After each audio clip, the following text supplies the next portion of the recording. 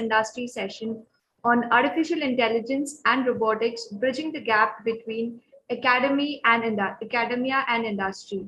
Today we have with us a dynamic personality, Dr. Munish Jindal. He is the founder and CEO of Hover Robotics and the founding president of MentorX Global.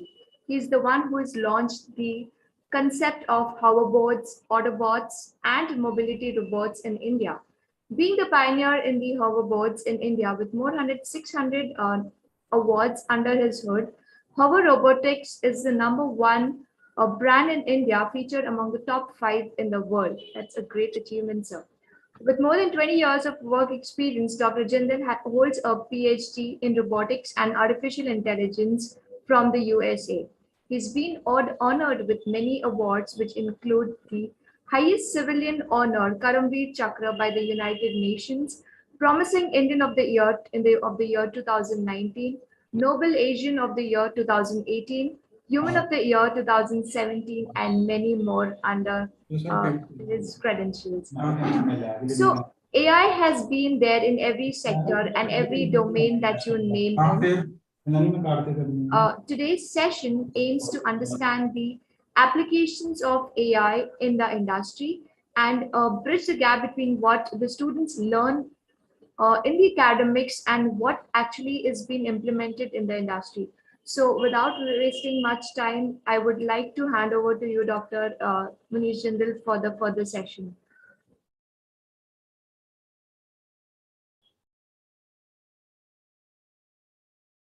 I think we just lost his connection. Dr. Jindal, am I audible to you? Ma'am, you are audible, but I'm not able to turn on my video. That's absolutely right. No problem. Okay, now, yes, now it's there. Now it's there. And also provide me screen share rights are also there. Thank you so much, ma'am. So sorry. Thank you for your kind introduction and such wonderful words about me. And it's namaste, everyone. A very warm good evening to you. And it's indeed a privilege to be here at IGS. And trust me, I'm really feeling blessed for sharing this podium with all of you. And today we are going to get to know about artificial intelligence and robotics, how it's helping us bridging the gap between academia and industry. You know, whenever we talk about artificial intelligence and robotics, it's very fascinating, it's very intriguing, and certain times it sounds like more of a Hollywood movie subject, a science fiction movie, or we feel that it might be something from the future. But I'm going to take a session, like I'm going to make you walk through very interesting presentation. You're going to love it. And you're going to see that how AI is already embedded in our life. Already we are using it on everyday basis. And I'm sure you're going to love this. And I don't know if you know, I'm the pioneer of personal e-mobility in India. I'm the one who launched hoverboards here in India. And we are the only one who are manufacturing it here. We're #1 in India among top 5 in the world. So this is all about artificial intelligence and robotics. And let's begin with it. I love pizza, so that is why I based this slide around the pizza, that how lives are getting changed by ordering a pizza.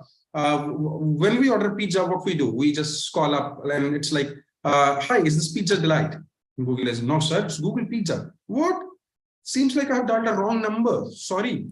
No, sir, Google bought the Pizza Delight last month. Wow. So Google has now started acquiring Pizza Huts also.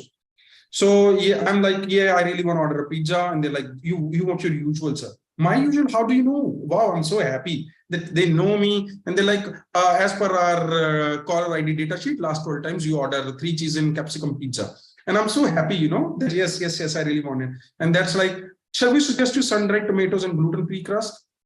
Like, no, why? I didn't want that. I just want my pizza. And they're like, your cholesterol is not good. Hang on, I called a Pizza Delight, not the hospital. How do you know about my cholesterol now? And they're like, we have cross-referenced your phone number with your medical records, and we have the results of your blood test for the last 7 years. Wow. See, guys, I'm calling a Pizza Hut or Pizza Delight for my pizza. And now they know what pizzas I eat. They know what should be I eating. And they even have the access to my home phone numbers and my medical records as well. I'm like, no, I don't want whatever you're suggesting. I'm taking medicine for my cholesterols, and I just want my pizza that I love. And they're like, but you haven't bought enough medicines. You only bought 30 cholesterol tablets in the last 4 months from the chemist and drugstore. Now, no, I bought from somewhere else. I bought from some another drugstore. But that doesn't show on your credit card. Now, how the hell you know about my credit card as well? I paid in cash, and they're like, but you didn't withdraw enough cash as per your bank statement. And I'm like, I have other sources of cash. And they're like, but that doesn't show on your income tax statement, and it is undeclared income, it is against the law. Oh, hang on. I was here to order a pizza, and suddenly you have access to my home phone numbers, my medical records, my medicines, my credit cards, my income tax statements, and you're saying I'm doing something against the law. I'm just fed up of it, and I just really want to run away. I'm just going to an island where there is no Google, Facebook, Twitter, or no internet, no cable, no cell phones, nothing to spy on me. And they're like, we understand, sir, but first you have to renew your passport. It expired 6 months ago. This is what our life is, guys. Each and every day, what do we do? Everything is being getting monitored. Everything is, they know, and they are browsing, they are tracking. So we have to make sure how much info we have to share.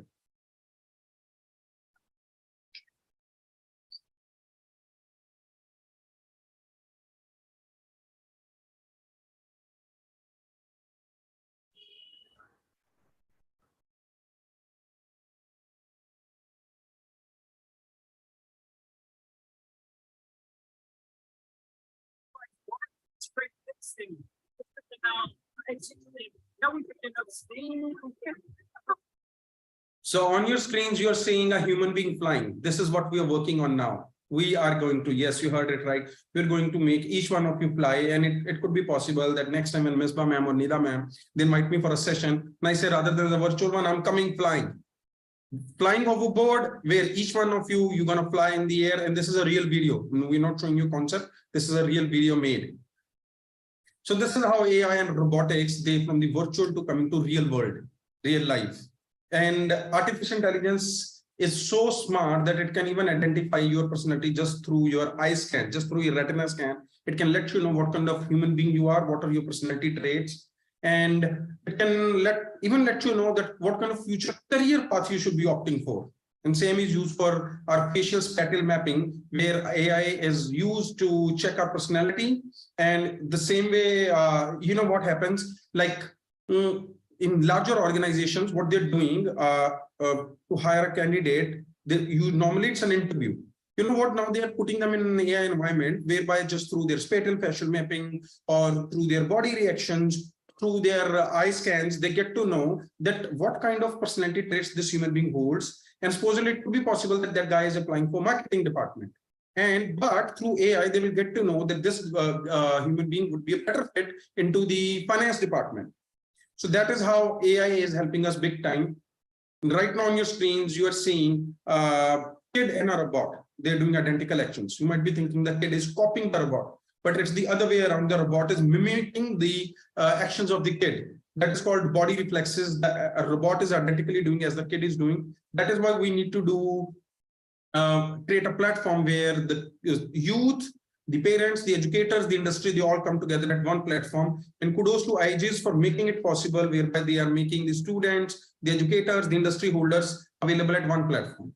And this is what it is doing. AI can even read your body reflexes. Imagine a camera in your room, the way you lay on the bed, the way you get up, the way you walk. It is taking note of all your body reflexes, and then it is letting you know which areas in your body are stronger, which areas in your body require attention, which areas in your body, might face future ailments. That is the power of, this artificial intelligence through body reflexes. So this is how artificial intelligence will change your life in the upcoming times. So that is the beauty of artificial intelligence. And same you can see in the next slide that how this human being and the robot, they are doing identical actions. Here again, the robot is mimicking the actions of the human being standing by him. And now AI is altogether bringing in new algorithms, whereby, just by clicking a selfie, the traits of a human being can be known. And that is why now even, how even iPhone is able to read between the pictures. And that is how AI is changing the world. And there is a paradigm shift that influencers are bringing to the marketing world, as you know, how there are Instagram influencers, YouTube influencers, how marketing was done earlier and how marketing is done now. And this is, IBM Watson. I came across IBM Watson almost 3 years ago.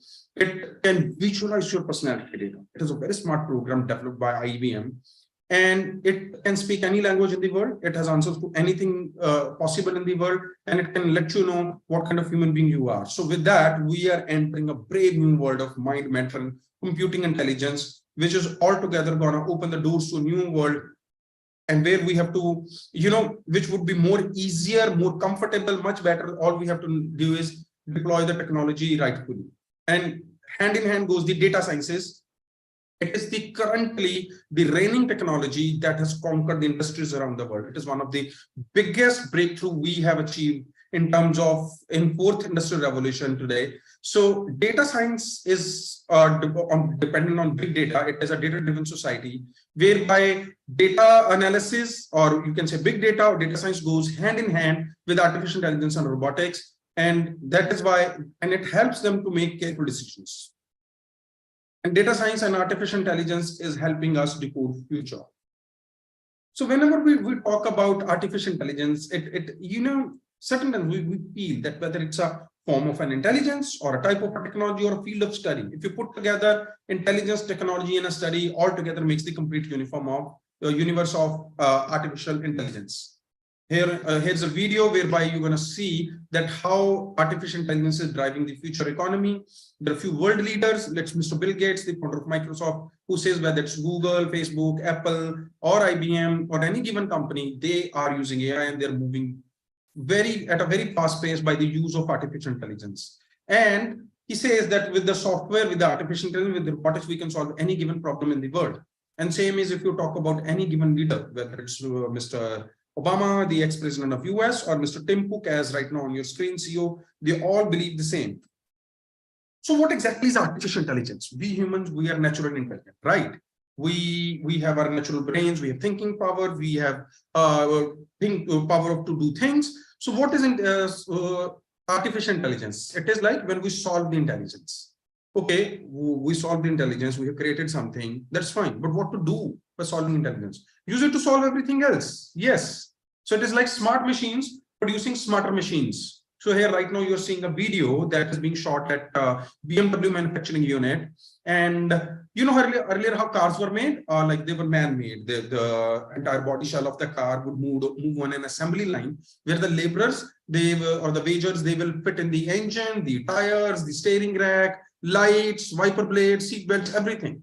But now, as on your screens, you could see the BMW engineers, they're clicking pictures of the car from various angles, millions and millions of pictures, and they are being sent to an artificial intelligence engine so that they can recognize which car it is, which model it is, which series it is, so that the entire car is being made by the robots. Here you can see the BMW engineer, they are putting on the car model number and the series number on the body shell. Once it is done, then it is being sent to the assembly line, whereby KUKA robots from Japan, which we say they are smarter machines, they are stagnant in the BMW facility, and they are making smarter machines, the cars that can move on the road. So entire car is being made by these KUKA robots. BMW has a standard of 7 layers of paint, which are not visible to the naked eye, right? So these robots, they're even capable of seeing those 7 layers of paint. And if there are any deviations, they can even communicate with each other the way we humans communicate with each other. They can communicate with each other and they can let them know that there are deviations, and they can take corrective measures. They have millions and millions of layers of hidden data behind them working around the clock. And they can even take note of the inventory, that how much inventory is in the warehouse, how much inventory they have used, how much more inventory they need to order. So why we are talking all about it? Because artificial intelligence is the need of the hour. What we need to do? We need to build a platform where we engage educators, trainers, AI developers, and as well as the students along with them and train them. So IGES is coming as pioneer in that, and they are doing it. So kudos to you, IGES. And then we have to spread awareness. We need to educate people about artificial intelligence. Along with educating them, we need to make sure that technologies deployed successfully, ethically, and knowledgeably. Ethical is the most important part. Reason being, we all do right things when someone is watching us, but ethical is need to do right things when no one is watching. Imagine we all went through COVID pandemic. That was a bio pandemic. So technology is not deployed rightfully, ethically, and knowledgeably, the day is not far away when we might face a cyber pandemic where everything that is connected to internet is rendered useless, be it your laptops, mobile phones, or electricity grids, or elevators, or trains, or aeroplanes, everything could be rendered useless. That is why I always ask my audience, my students, that have one system at home that is air gapped. Either we call it air gapped or off the grid. It means that is never ever connected to internet, and have all your backup there, so that in case anything like that happens, your data is with you. And for all that, what we need to do is we need to understand human intelligence. Yes, we need to prioritize our own human intelligence, and we need to continuously develop ourselves. We need to learn, continuously learn. We need to unlearn to learn and adopt the new standards. And when I'm talking about understanding human intelligence, it is very important, because when we talk about artificial intelligence or robotics, people feel that, okay, it might gonna take the jobs away, because when processes would be automated, the humans won't be required, or technology might surpass human intelligence. No, it's not going to be possible. As of this moment, when we are speaking, there are 52 million opportunities available just in the field of artificial intelligence, guys. And imagine who's going to develop this technology? Us humans. Who's going to upgrade this technology? Us humans. Who's going to operate this technology? Us humans. Who's going to make these robots? Us humans. So we are always required, in technology is never going to surpass us. The only thing required is, okay, if there was earlier a machine that was being operated by humans, now if it is artificial intelligence, so all this we need to do is we need to upgrade ourselves, and we need to know how to make it, how to upgrade it, how to run it. And for all this, we need to tackle educational intelligence that includes big data, data sciences, artificial intelligence, machine learning, Internet of Things, robotics, mechatronics, biotechnology, nanotechnology, augmented reality, virtual reality, blockchain, cybersecurity. All this forms the part of the universe of AI. So this is basically the curriculum of artificial intelligence that includes machine learning. Machine learning is mostly like, as I showed you, the BMW manufacturing unit. It can be where the robots can make the car automatically, but they do it in supervised environment where human beings supervise those robots. So it can also be done unsupervised, where no human intervention is required. And these robots are even capable of learning from their own environment through machine learning to deliver better outcomes. And imagine when we humans, we do a PhD, we are termed as a scholars of a subject. Same way, these robots, they can go into deep learning mode, and they can become the specialist of their own field. Then comes NLP, natural language processing. So these computers, they understand our language. They can translate it into their own machine language. They do the question answers, classifications, and they deliver us the desired results. So then there are expert systems with the vision, image recognition, and machine vision, where they can even recognize who you are, and they can even pull out your data. And then there is speech to text. Text to speech is more like, I don't know how many of you know, at WhatsApp, certain times if we are driving, we cannot access WhatsApp. So WhatsApp has a capability whereby it can speak the text loud to us, or the vice versa also. If we are not able to type the text, we can speak to WhatsApp, it will type on our behalf. So these are my students from 7th and 8th grade. They have recently won a national prize, and now they are going to Europe, being invited by European government. The purpose of showing you this slide is that we are bringing technology at the grassroots levels. If the students of 7th and 8th grade, they can do it, possibly anyone can do it. So this is artificial intelligence and robotics, the holographic lens. What if will you believe me if I say that in the upcoming times, mobile phones would be rendered useless? Yes, you heard it right. The mobile phones won't exist. If we have to talk to someone, they will just appear in front of us immediately. That is their holograph. As you can see on screen, if we have to talk to someone, we have to do a meeting, they will holographically, they will come in front of us. And the best part is, imagine today you are at home spending time with the family, and you have to do a meeting. You don't have to go. And imagine that meeting is in Spain and you don't know Spanish. Your holographic lens can be projected in Spain, and it is capable of speaking Spanish. Your holographic clone can speak any possible language in the world. It can deliver keynotes on your behalf, conducts conferences. Now imagine you are also needed at your institute. So you can create another one that can go and attend classes on your behalf. So your multiple holographic clones can be projected at different parts of the world, different places in the world. They can speak different languages and can do different things for you. And you can comfortably sit at home and enjoy your coffee with the family. So when we talk about artificial intelligence or AI or Industry 4.0, where did it come from? We all know the Industrial Revolution 1 happened when the steam came in, mechanized production started. Then electricity came in and mass production started with the Industrial Revolution 2. Then we came into internet, information technology and all with Industrial Revolution 3. Now we are Industry 4.0, whereby it's all about artificial intelligence. AI has its own neural networks. We humans, we are naturally intelligent, right? If you show me number 7, you all might be writing in different styles, right? Still my brain will be able to recognize that it's number 7. But how about an artificial intelligent robot? How would he or she would be able to recognize it?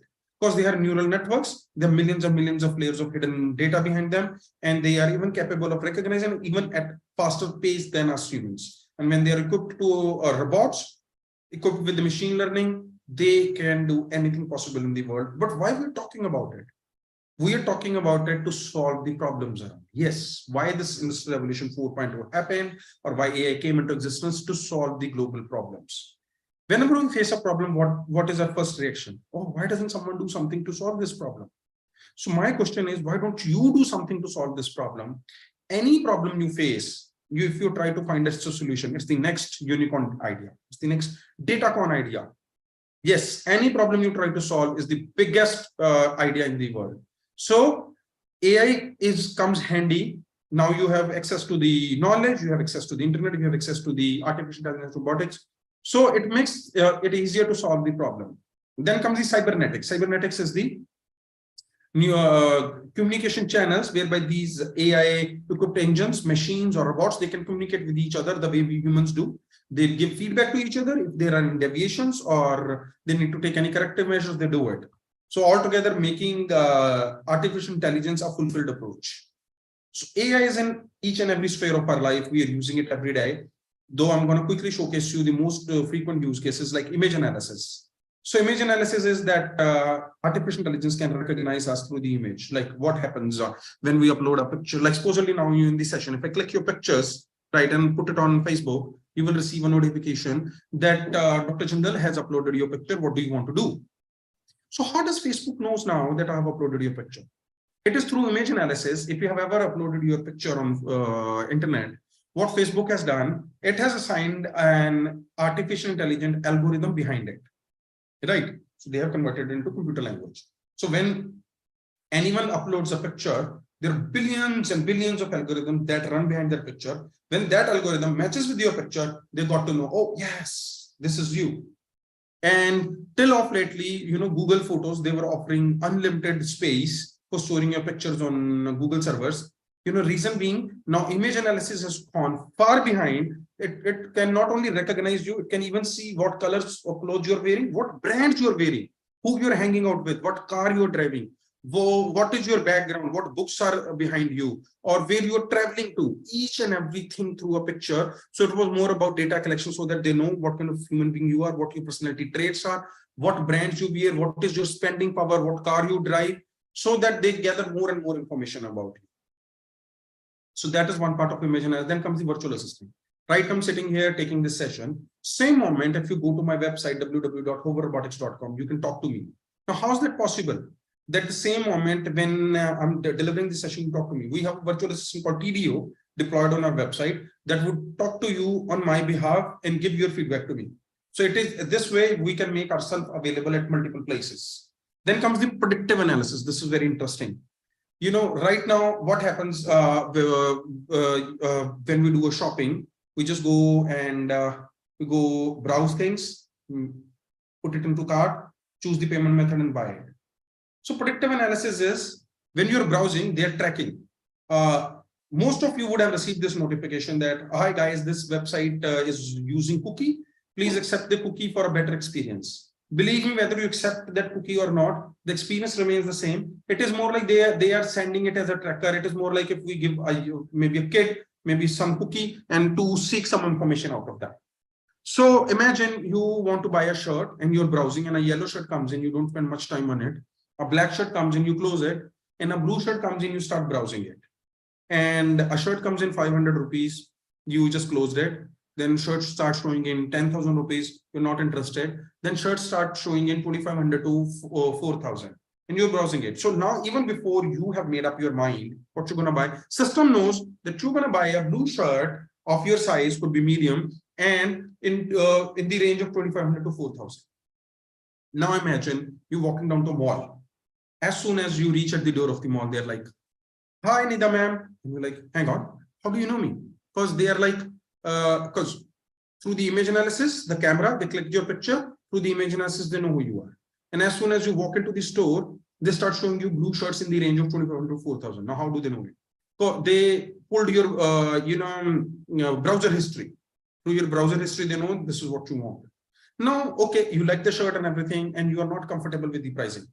Immediately, you receive a text that if you buy it right now, you will get a 50% off. Wow. Now, how does that happen? Because the cameras in the store, they noted down your body reflexes, your facial expressions. Through facial noting that, they got to know you're not comfortable with the pricing.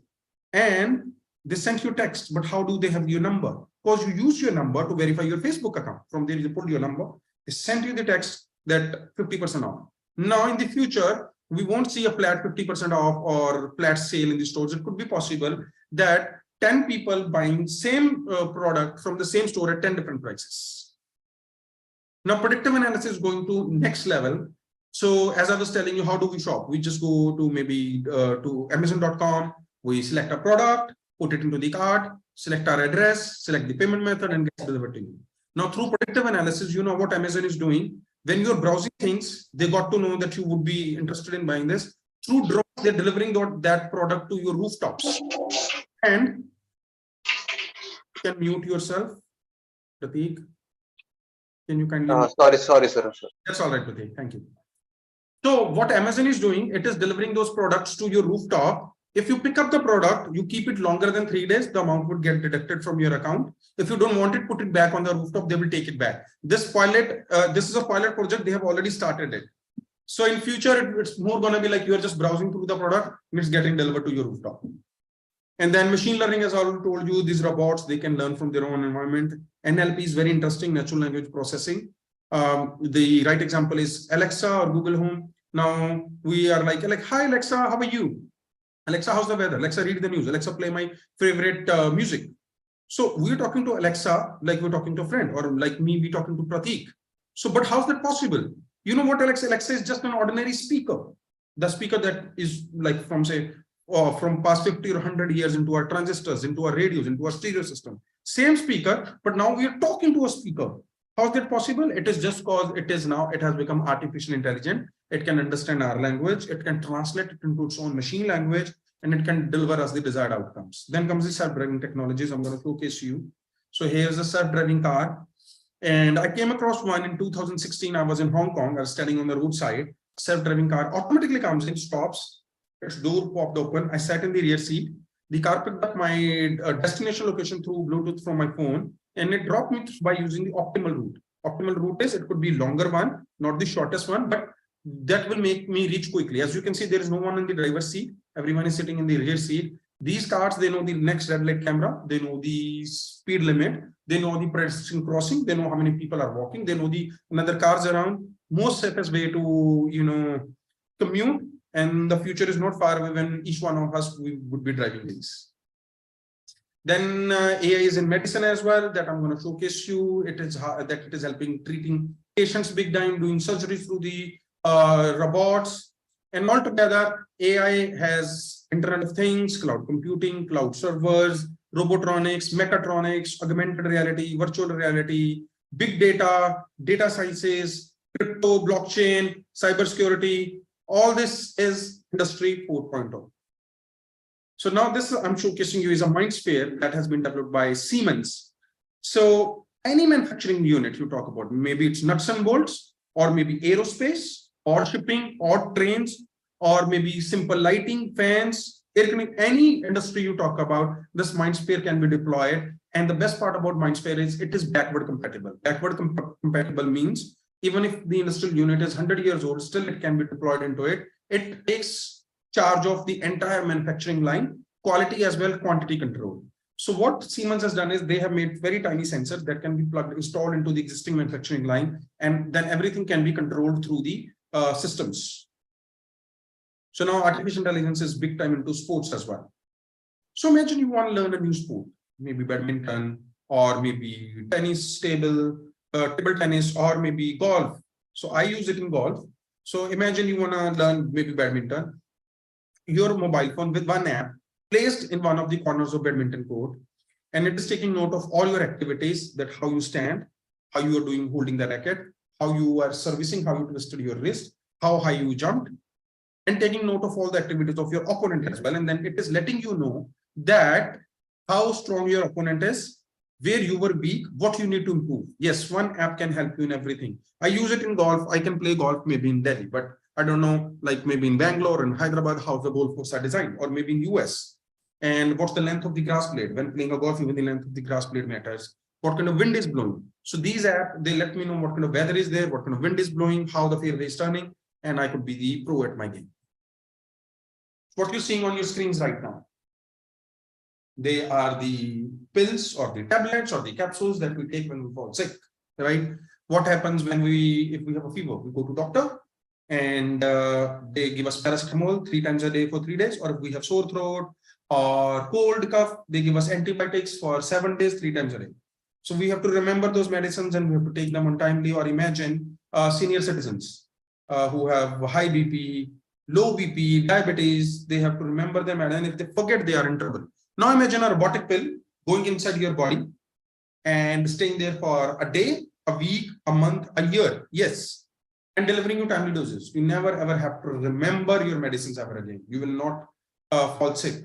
So now this is when we fall sick, we go to doctor. It's called curative measures. Now you remember in the beginning, I showed you body reflexes, that a camera in your room or at your home taking note of your body reflexes, you're walking, you're sleeping, and it can let you know that what kind of future diseases or ailments you might face. So in future, what would happen? We will have preventive measures. The technology will let us know beforehand that we might fall sick in the future. So we'll have these robotics pills staying inside our body, delivering us timely doses. We'll never fall sick. Our mortality rate will increase. And this is again a real life pill. I'm showcasing you. It is not a concept. It can. These robotics pills are already existing. Now this is most wonderful. This is what I do. This is hoverboards, Autobots, mobility robots. I'm the pioneer of the same. I'm the one who launched these in India. These are electrically chargeable. You can stand on them. You can go from anywhere to anywhere you want, from point A to B. And they move with your thinking. You stand, you think to go forward, you think to go right, you think to go left, you think to go backwards. The way you think, it goes. No petrol, diesel required, no pollution. Anyone after the age of 3 years to the weight of 110 kg can ride it. You can ride it on anywhere, inside the home, outside home, road, grass, park, pavement, uphill, downhill. Anywhere you feel like. So this is the future of transportation. I always travel on this, and I always carry this with me wherever I go. And so this makes commute very easy, and it can take you even down the narrow streets. And if any of you want to experience it, you're most welcome to our Hover Robotics Experience Center located in Delhi and in Ludhiana, and you're going to be mesmerized with the experience. So these are the warehouse robots, and I'm going to showcase you a video of these are Kiva robots deployed in the Amazon warehouse. There are 20,000 Kivas that are deployed in Amazon warehouse, and they are the, I would say, the best use case of robots working hand in hand with humans. So it's man with machine synergies. As you can say, the Amazon warehouses are huge. These human beings, they are very happy. You can see they're smiling. They're very happy working with the robots. You know why? Earlier, without the robots, they themselves had to lift the heavy objects. Now, since the Kiva came into the warehouses, all these humans, they are sitting in their chairs, touching the touchscreen buttons. And these Kiva robots, they are capable of lifting aisle as heavy as 320 kg. And they can even remember 10 million items. They know what kind of inventory. They bring the entire aisle to you. You take out the item. They know what you're taking out, how much was there, and how much more they need to order. They're even equipped with image recognition and machine vision. They don't bang into each other. They even know when you're passing by, they wish you good morning, good evening, and they take care of you in every aspect. So best case of man with machine synergies. So it is not man versus machines, it is man with machines. So now AI is coming in farming as well. You might be thinking, till now I've been talking about artificial in all the spheres, sports, medicines, warehousing, or education. Now why farming? We are 8 billion people on earth, right? And we are soon going to be 10 billion people. Our population is going to increase by another 25%. And we are we require another 60% food, another extra 60% food for them. Food is already a scarce resource, and earth size is not going to increase. Rather, the area of cultivable land is already decreasing. So how we can have another extra 60% food on the area that is decreasing in size, whereby population is increasing? That is only possible by artificial intelligence, whereby we have soil sensors that can let us know the nutrients in these soils already available, that can let us know the moisture in the soil, with the weather sensors that can let us know when rain is going to happen, and through the spatial mapping of the farmland, that will let us know beforehand which crop we shall grow, that we will get the optimal, the maximum yield. So even without growing a crop, by analyzing this through AI, we will get to know that, okay, we should be sowing corn, or we should be sowing wheat, or we should be sowing rice, and we will get the maximum yield with the lesser water and without any use of pesticides and fertilizers. On your screen, you are saying tractor, but you would see there is no seat for any human being to sit. This is an autonomous tractor. It can move by itself. No human being is required. You know, certain countries, farming or mining is happening this way, that you are just sitting at your home and you are kind of sort of playing a video game, and actual farming or actual mining is happening in the field. Yes, you are just playing a video game through the remote controls, and the tractor is maneuvering, and it is helping you plow the field or helping harvesting. And these are drones. They are used in irrigation. They are, helping in irrigating the land areas which are tough for human being to reach, especially like tea estates. They are on the slopes of the mountains, and they can even monitor the entire farmland for you. And these are another tools, harvesters being used in the farmland to harvest strawberries or to even kill the weeds with the lasers. So this is very interesting video coming. This is tomato harvester. Watch it carefully. You're going to love it. So this is a tomato harvester you're seeing. So it goes for tomato harvesting, and see how interesting it is. It is equipped with the machine vision. So see what exactly it is doing. You see there are 4 colors of tomatoes: green, yellow, orange, and red. But it is only plucking the red ones. So it is only taking the ripened tomatoes, and there are ungrown tomato buds where more tomatoes can grow. So if a human being would have gone into the farmland, the human being would have chopped the entire bunch. So this smart tomato harvester is only taken the ripened tomato, giving us the best quality of food, and it is letting more tomatoes to grow, giving us more quantity. This is me. I'm taking another session in Asia's largest agriculture university, Agriculture University. Here we have made this tractor. This is an AI tractor that can move in any kind of muddy waters. It is equipped with soil sensors, weather sensors that can let us know what kind of nutrients are already present in soil, so we don't need fertilizers. It can even sense the weather, and it can help us doing agriculture cultivation by using optimal use of resources. Now this is a robot. This video was shot during pandemic in one of the busiest parts of Singapore, where social distancing was deployed. So this robot dog was asking people not to sit close to each other, where people were coming for jogging, for talking, or all those purposes. And this robot dog is even equipped with machine vision. It can recognize you. It had the authority of a cop that if you're not following the instructions, or if you're not following social distancing, it will issue a ticket on the spot. It doesn't require food. It is solar chargeable, doesn't require any brakes. So this is best use case of technology in the tough times, whereby you deploy robots that can do the desired things without any brakes or without requiring any food or anything. Now you're saying Sophia. I met Sophia in Feb 2020 in Indian School of Business. And she looks like us, talks like us, walks like us, even smiles, and even passes sarcastic comments also. But she's a robot, yes. So they are called humanoids. She's officially the citizen of UAE. She even recently participated in a fashion show also. So she can speak any possible language in the world, and she has answers to each and everything you ask. So the day is not far away when we would be walking with fellow citizens, and we don't know whether they are humans or robots. So now this AI is also bringing another dimensional revolution in the form of 3D printing. 3D printing is happening big time. And the processes are now ranging from, plastic to concrete to, you can say, metals. They had a place in Mexico where whole lot of home is being printed through 3D printer. just in span of 48 hours. And imagine automotive parts, like if you require a part for your car and your dealer might not have it or your company, and you can just print it through your 3D printer. And same is true for aerospace printing. It can even print the parts for the aeroplanes. And recently, a whole lot of human body organ has been printed by using biotissues. Yes, you heard it right. Now through 3D printers, we can even use biotissues and we can print a whole lot of human organ through that. Already successfully, a heart transplant has been done by making a heart through the 3D printer. And same is for the food. Imagine you're hungry, you want a pizza. You just press a button. A pizza is being printed by a printer. Edible paper has come that we can eat, and they have edible inks, flavors that is being done. So you will get a picture of a pizza on a paper. When you eat it, you will get, it will taste like pizza.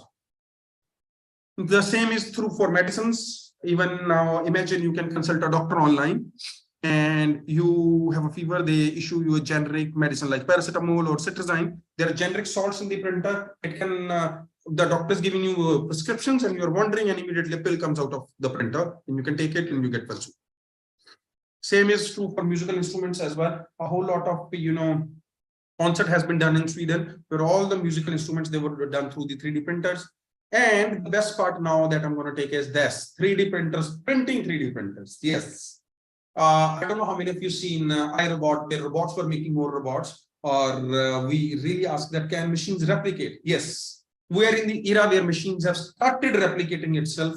3D printers are printing the 3D printers itself. And now it is also possible that a whole lot of your clone a humanoid clone identical to you can be printed through 3D print.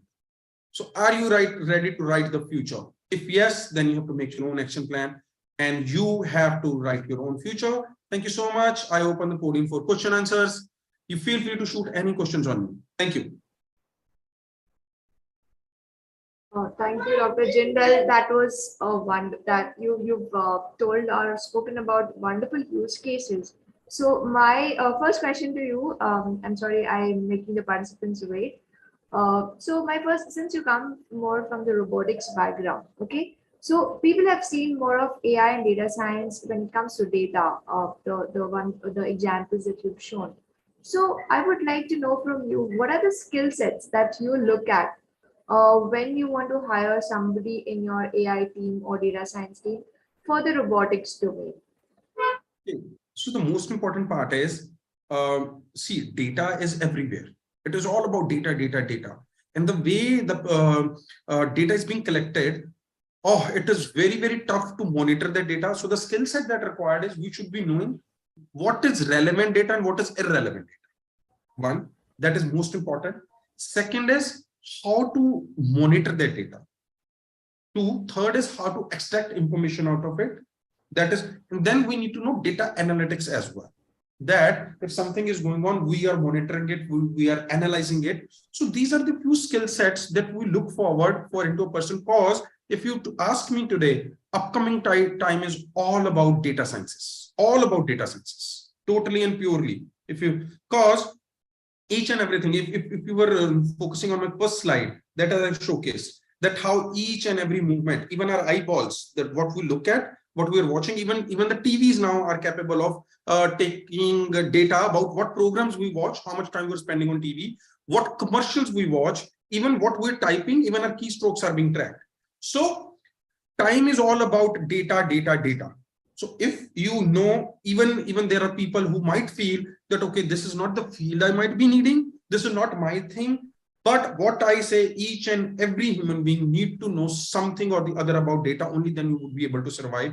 Because there will be a time where you need to know what data science is, what data analytics are, how you can use that data for your relevant purposes. So these are the kind of skill sets that we need, we look into. And I always ask everyone, that doesn't matter what stream you belong to, doesn't matter what age you belong to, doesn't matter what demographics you belong to, please start learning about data sciences.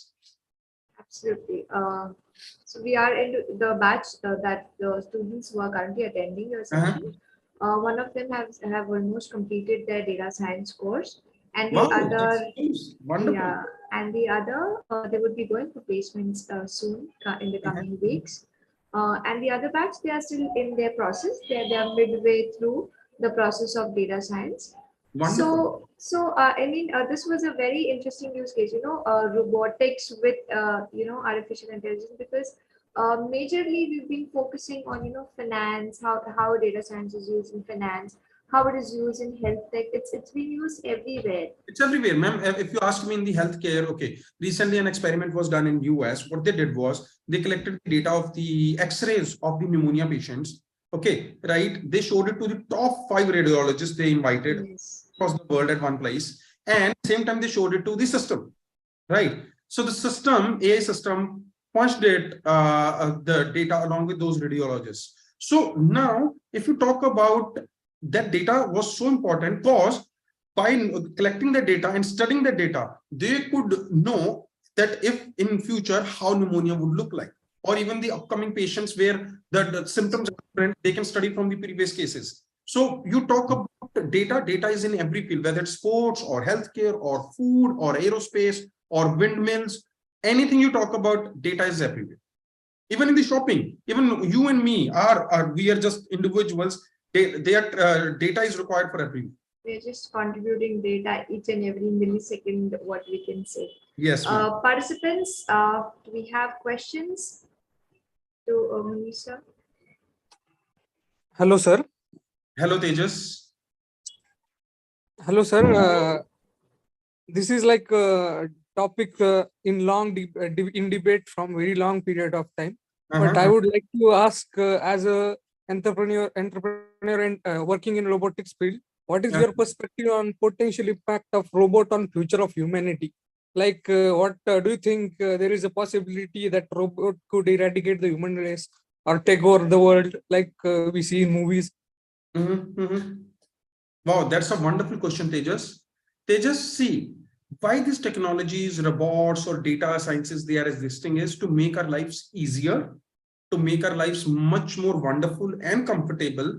And there are areas that could be hazardous for human beings to use, or there are areas where human beings cannot reach. So for that, this technology is being developed. Imagine there is a fire and people are trapped inside, right? So the fire is so severe, no one can go inside. But now imagine if we have robots. Those robots, they can go inside, they can bring everyone out safely, and lives can be saved, right? This is the right use case of technology. And if you were present during my presentation, I said that we have to deploy technology ethically, knowledgeably, successfully, and rightfully. If we are doing that, then it is the best use case example. Imagine if we have uranium. Uranium can be used in a nuclear power reactor to generate electricity, which the entire human race needs. Same uranium can be used in a nuclear bomb. The choice is ours what we want to do. So when you're talking about robots overtaking the world, that won't happen. Like, yes, they cannot surpass the human intelligence. But yes, if someone purposely wants, and because they will always operate in a set standard of rules, you're leaving a loophole. If you're changing those standards, those robots, they can go they can work the way that we don't desire, or they can work in undesirable way. Again, the choice comes on human mind itself, human working itself, what we want. If we want it ethical, rightful, successful, and knowledgeable, it will never happen. Thank you, Tejas. Thank you, sir. Thank you. Anyone else? Participants, do we have any more questions? You've wonderfully covered all the use cases. I think only what they would be interested in, how are you using, if any specific use case that you can talk about in robotics. I told you, like, I'm the pioneer of e-mobility in India. Right. Personal e-mobility space. I'm the manufacturer of Autobots, mobility robots, mini robots, and hoverboards. So there we are using, yes, AI and data. Now what we did was, like, if you talk about data sciences, we use the data science that how many people are specially able, what are their issues. We came across that there are people who are born by birth, their legs are not working or their legs are crippled. So what we made a use case that we used a real human being whose legs were crippled by birth, who couldn't even crawl. Like, we made a sitting arrangement on a hoverboard, gave the control to his hands. Now the human being, imagine, who can't even crawl, suddenly is known as a man on wheels, hovering around in the air. At his home, and even going from home to the office, everything he's doing on hoverboards. just every month he makes me a call just to express his gratitude, just to say that how easy you have made my life. That he said that he couldn't even imagine this is possible. Imagine he still feels that this thing has come from some another planet for him. So this is the use case of data sciences, where you get to know the data, where you get to know the through data, you get to know the people, and you can solve a problem for them, and you can entirely change. You could be the game changer for the human race. So this is what I have done in my life. And other times, yes, we have another company, MentorX, whereby data plays a major role. That what kind of human beings are around us. Out of them, how many are looking for a skill set development? How many of them are looking for a startup? So we are using it. If you ask me, I'm using it every day in my lifespan, in terms of it is helping me. It is making my work easier. Yes, it is making me more efficient and taking it to the new level. And obviously, I'm being termed as a game changer in the world. So that is how. And if I can do it, I believe everyone here can do it, and much more. Many more students I would love to join Aegis. They can learn from here, and they can go and they can be the game changers in the world. So learn from here and put it to the right use. Absolutely.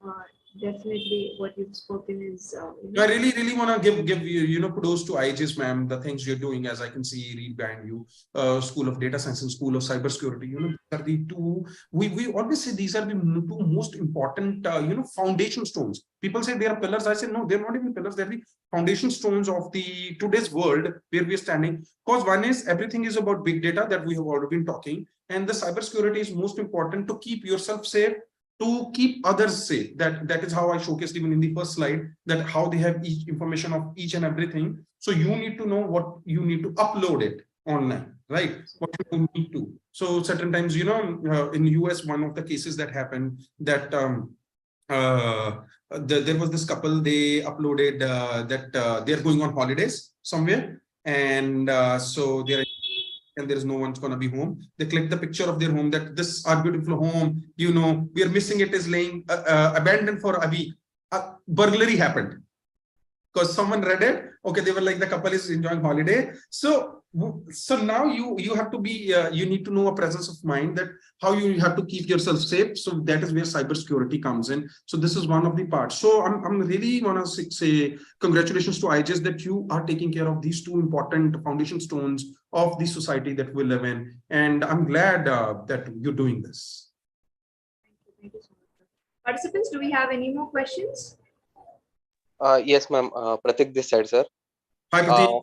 Yeah, sir. Since you gave us, so many use cases of AI and robotics. So, sir, I just wanted to know, like, as we know, like AI and these algorithms are computationally, like they require like high energies, right? So in the foreseeable future, is it like computational energy is going to go down or something like that? Like, how are we going to tackle the issue of energy with respect to what No, it's the going to be? computational energies are increasing every day, Pratik. If you see the hardwares today, Yeah, if you see today's phone, one phone, whether it's Android or iPhone, is much more powerful than a computer system that was done in 1980s. yeah, right, sir. It is one MB. For storing 1 MB, you required a disk of the size of one room. One room used to be the size of a disk that could house 1 MB. Now imagine your Android phone can even store 256 GBs. So imagine at that time, it was a whole lot of a city would be required to store 256 GBs. Now imagine like this, one city, entire city, and whereby now your phone can house. So technology is changing, computational powers would keep on increasing, and that is why the AI or data sciences, why they are coming into, because they are increasing the computational powers of us humans. That is why we have to work hand in hand with them. Yes, sir. So, sir, just a follow-up question on this. Like since these developed countries or economies are planning to, introduce carbon tax on Yes. the developing economies, and the corporations that will, generate, uh, let's say, carbon emissions, more carbon emissions. So, sir, is it expected to be applied on this multinationals also and on robotics firms also? Like, It will be everywhere, Pratik, if you're asking. So that is why if you will study about my organ robotics, we are carbon neutral organization. okay, And our product is not only carbon neutral, it is now helping India reduce its carbon footprints because we are taking up the use of petrol or diesel, and it doesn't cause any pollution. So now when you are asking, each and every organization will have to move to clean tech. We call it green energies. Yes. Otherwise, yes, the tax would be on everywhere, and not every organization would be able to move to that, because the kind of things we need, everything cannot be shifted immediately to those clean techs. Yes, sir. Thank you, sir. Thank you, Pradeep. Any other participants? Do we have any more questions? I think we do not have we are done with it, Needa ma'am. further. So thank you so much. Thank you so much for being here. Thank you once again on behalf of Aegis School hello, of Data Science. Yes, Tejas. Can I take another question, ma'am? Yes, Tejas. Sure, any questions? absolutely. Yes. For sure. Sir, we talked about technology and all the other aspects lots, but I would like to know what inspired you to work in the field of AI and robotics. Like, how did you get started? And we would like to know about your entrepreneurial journey as you started Hover Robotics and MentorX as well. That would sure, be Tejas. Tejas, the thing is, like, since my childhood, I was very, very, fascinated with the Hollywood movies, science fiction movies. Any science fiction movie used to come, I used to rush to theaters. Earlier, though, these movies weren't even getting released in the theaters, so we used to watch it on CDs or DVDs. And from there on, I always had, this thing into me that I want to work into technology. Though I'm a commerce graduate, I did my BCom, then I did my MBA Finance, then I did my CA. MBA Finance and CA, I did everything in Australia. Then I did my PhD in Artificial Intelligence and Robotics. And I always had a dream to do something different. So that is how this Hover Robotics came into existence, that I have to do something different. That could be clean tech, green technology, green revolution, and that could help India not only save, carbon footprints, rather it reduce its carbon footprints. So that is how it started. And if you talk about my entrepreneurial journey, yeah, I was in 8th standard when I started working into my family business. We manufacture auto parts, motor parts. So I used to work on the shop floor with our foreman to make those parts. From where on my learning started.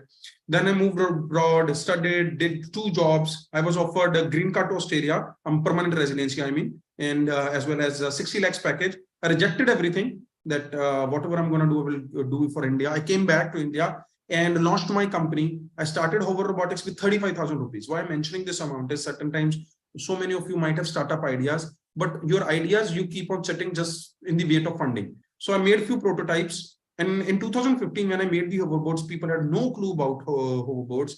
So I used to take my hoverboard, stand on the roadside and ask people that it's free. When I used to say free, they wanted it, that free ride. Take a free ride. They used to take a ride on it. They used to get mesmerized that how it could move with your brain, just with your thinking, that you're thinking it goes forward, left or right. We used to click photos, take videos, and we made it viral, and there was no stopping ever. From there on, we never more looked back. It's a multi-million-dollar company now. It's self-funded. I even rejected the funding because I don't want anyone sitting on top of my head.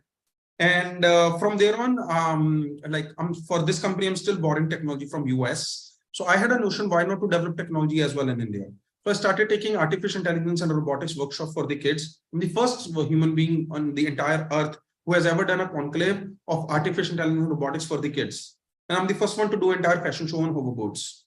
So thereon, I started taking complementary workshops in AI and robotics for the kids, and that gave birth to MentorX. And MentorX we started around 4 years ago, again with the vision to educate, to empower, to elevate, that regardless of your age, your demographics, your geographies, any kind of skill set you require, be it public speaking, life skills, soft skills, or artificial intelligence, or entrepreneurship, or startups, we are there for you to develop that into you. We have certified modules for that. And then we have is like startups. If you have any idea, you don't know what to do with the idea validation, your minimum product viability, MPV, bootstrapping you, getting you incubated. We have 6 incubators of our own, accelerating you, connecting you with industry leaders, getting you mentors, funding, all sorts of those things we do. Then we have MentorX youth clubs, whereby we open up our youth club chapter in all the education institutes, colleges, universities, and we provide them, we operate their e-cell, we operate their incubator, talks, TEDx talks, Juice talks, or MentorX talks. All those things we're doing, and we are country operation in 65 countries. All this requires is zeal, passion, determination. I work 21 hours a day, and still it never looks like work to me. And I believe if I can do it, Tejas, each one of you, whosoever is listening, you can do it. And if it took me 20 years to do it, you can replicate or even go beyond that in 5 years. because I had no one to hold my hand. But now you guys have institute like Aegis, you have teachers like, or I'd say wonderful humans like Nida ma'am and Misbah ma'am to hold your hand, and they're connecting you with industry leaders so you can replicate this success in upcoming 5 years. Thank you, Tejas. Thank you so much, obliged. It was Thank great hearing you. You, any of you, feel free to connect me. You can Google me, Dr. Munish Jindal, and if you think I could be of any help, I'm always available, and there are no charges for my services. It is more like a payback to the society and to the people I do, because there was no one who held my hand, but I'm always there to do as much of as hand holding as I can. Thank you so much, sir. And once again, thank you on behalf of Aegis School of Data Science for coming and giving out time from your busy schedule to talk with our participants and students, and sharing your stories and the hard work that you've put in, and all the technological knowledge that you have in your